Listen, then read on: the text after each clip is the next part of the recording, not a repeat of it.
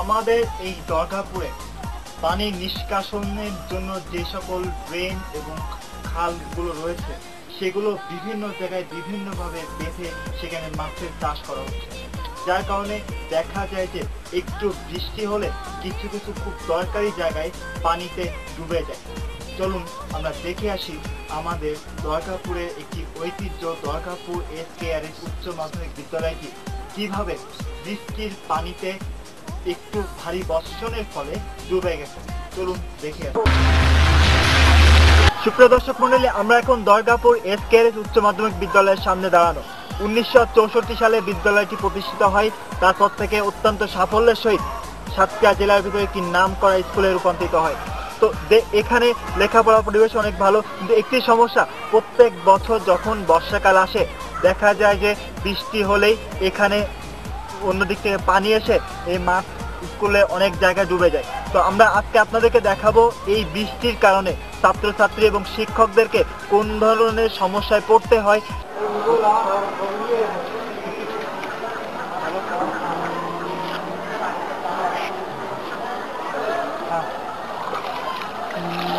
Sir, এই যে পানি যে প্লাবিত হচ্ছে আপনাদের মানে এর সম্বন্ধে কি কোনো মতামত আছে যেটা বুঝতে পারি? মতামতটা আসলে কি যে আমাদের তো সাফার করতে হচ্ছে, দেখতেই তো পাচ্ছে যে আমাদের জুতো হাতে নিয়ে যেতে হচ্ছে, ছাত্রছাত্রী এরকম কষ্ট ভোগ করছে এবং এর আসু দরকার এটা যে কোনোভাবে সমাধান করা।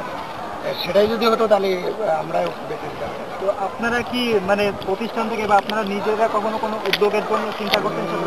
মনে হয় না এটা কোনো উদ্যোগ নেওয়া হয় না। যতদূর জানি যে আমাদের প্রতিষ্ঠান থেকে উদ্যোগ নিয়ে কত দূর হবে এ ব্যাপারে কিছুটা সন্দেহ আছে। স্যার, আপনার কেমন লাগে পানিতে ক্লাস করতে আসছে প্রত্যেকদিন? খুব কষ্ট হয়, ঝামেলা হয়, ছেলে মেয়েদের দুর্ভোগ খুব।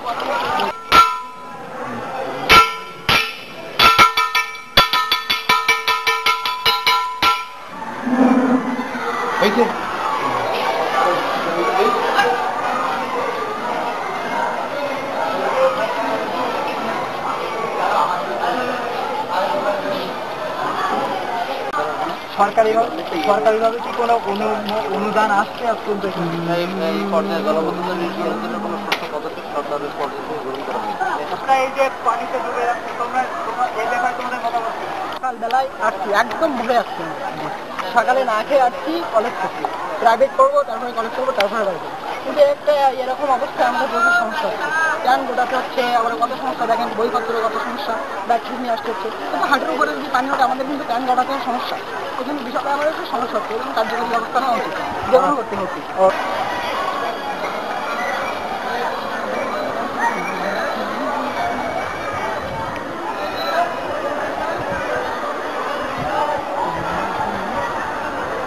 এই যে পানিতে প্রত্যেকদিন ডুবে যাচ্ছে, তো এতে আপনার লাভ হচ্ছে না লোকসান হচ্ছে? আমাদের লস হচ্ছে।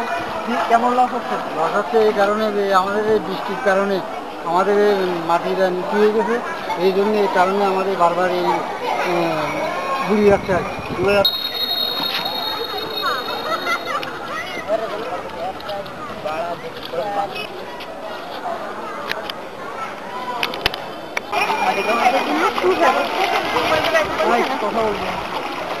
আচ্ছা, তোমরা যে এই পানি যে পানিতে ভরে গেছে তো কেমন লাগছে স্কুলে আসতে? ভালো লাগছে? তোমরা কি চাও? এই পানির সমস্যা যাতে ভিজে না আসতে পারো, তোমার কি মতামত? আমার মতামত হচ্ছে এই অবস্থা দেখে আমি যথাযথ কর্তৃপক্ষের কাছে আবেদন করবো যেন ভালোভাবে লেখাপড়া করতে, সেই হিসাবে মানে রাস্তাঘাটের জন্য ভালোভাবে রাস্তাঘাটের সমস্যা নাকি পানির সমস্যা? এই পানির সমস্যা, মানে পানিগুলো যেন সরানোর ব্যবস্থা, নিষ্কাশনের ব্যবস্থা করে দেন। বই নাও। এটা কি চাও যে সমস্যার সমাধান হোক? দিতে হবে। কি চাও? বাড়ি গলে অর্ডার। আচ্ছা, ধন্যবাদ।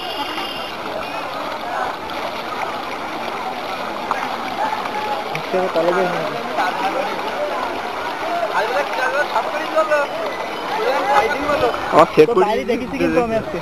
কখন? ও, আসার সময় দেখছি। যা ভালো খাই।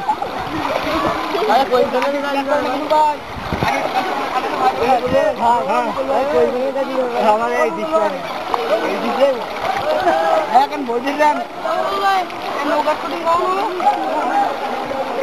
আরো শুটিং আছে।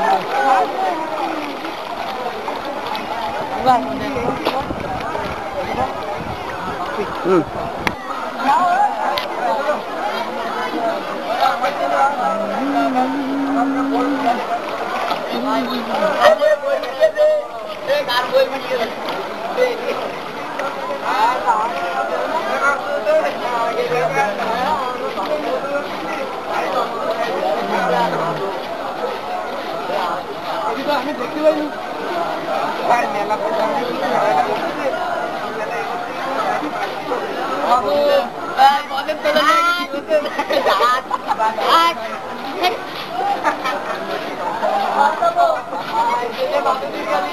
নিজে নাকি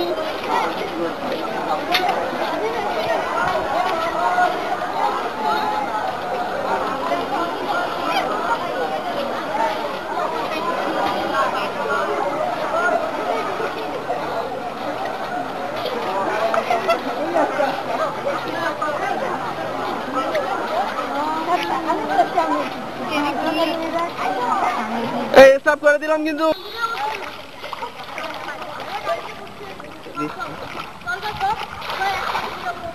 আচ্ছা করেন এটা আপনি কি এখানে এইভাবে ডুবে গেলে প্রত্যেকদিন মাছ মারেন? না প্রত্যেকদিন না, ওই মাছ পড়ে পড়ে। কি কি মাছ পাইছেন? তেলাপিয়া মাছ, পুঁটি মাছ, ট্যাংরা মাছ, সব ধরনের মাছ পড়ে। তাই এইভাবে যে প্রত্যেকদিন মাছ মারেন তাই ভালো লাগে আপনার? ভালো লাগে। তো এই স্কুলে যে পানি ওঠে এ সম্বন্ধে আপনার কিছু বলার আছে? আর কি বলবো, আর কি বলবো, এটা আমার যে হাত না।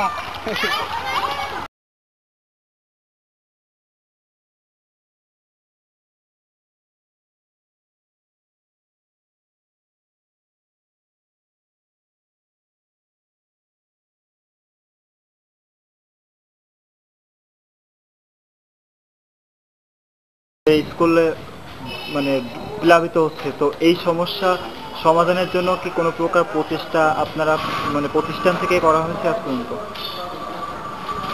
আমি এখানে নতুন আসতে এসে দেখলাম যে দুটো বর্ষাকাল আমার ছিলাম, দুটো বর্ষাকালই সামান্য বর্ষায় প্লাবিত হয়। আমি উপজেলার চেয়ারম্যান, জেলা পরিষদ সচিব বরাবর দরখাস্ত করেছি মন্ত্রী মহোদয় দিতে, কিন্তু ওখান থেকে তেমন কোনো উদ্যোগ পাওয়া যায়নি। ফলে এখন বলা যাবে যে ব্যর্থ প্রচেষ্টা চলতেছে। তো বিষয়টা নিয়ে উপরে যাওয়ার চিন্তা ভাবনা করছি যে কিছু করা যায় কিনা। উপজেলা চেয়ারম্যান জনাব ABM মহিউদ্দিন মুস্তাকিম সাহেব আসছিলেন এখানে, উনি নিজে সবার সামনে প্রতিশ্রুতি দিয়েছিলেন, তো ওনার সাথে কি আপনারা এসব ব্যাপারে কোনো যোগাযোগ করেছিলেন? দরখাস্ত করেছি, উনি দরখাস্ত নিজে নিয়ে মন্ত্রী মহোদয়কে দিয়েছেন, কিন্তু আসলে কাজের বেলায় কাউকে পাওয়া যাচ্ছে। এই বিদ্যালয়টিতে 1500-র উপরে ছাত্রছাত্রী অধ্যয়নরত, 40 জনের উপরে শিক্ষক এবং কর্মকর্তা এখানে রয়েছে।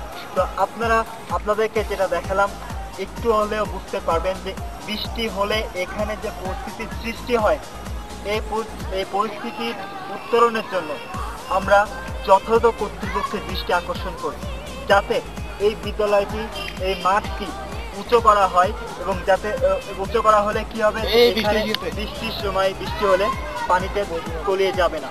আমরা চাই কর্তৃপক্ষ এটা সমাধানের জন্য যথাযথ পদক্ষেপ গ্রহণ করবে, এবং যাতে শিক্ষক কর্মকর্তা কর্মচারীরা অসুবিধায় না পড়ে সেজন্য সঠিক সিদ্ধান্ত গ্রহণ করবে। আমরা চাই যে এই পানি নিষ্কাশনের জন্য যে সকল খালগুলো আছে, যেগুলো পথ আছে, এই পথগুলো সংস্কার করা হোক, স্কুলের মাঠে মাটি দিয়ে উঁচু করা হোক, তাহলে শিক্ষকদের, ছাত্রছাত্রীদের এবং এলাকাবাসী এই দুর্ভোগটা কিছুটা হলেও লাঘব হবে।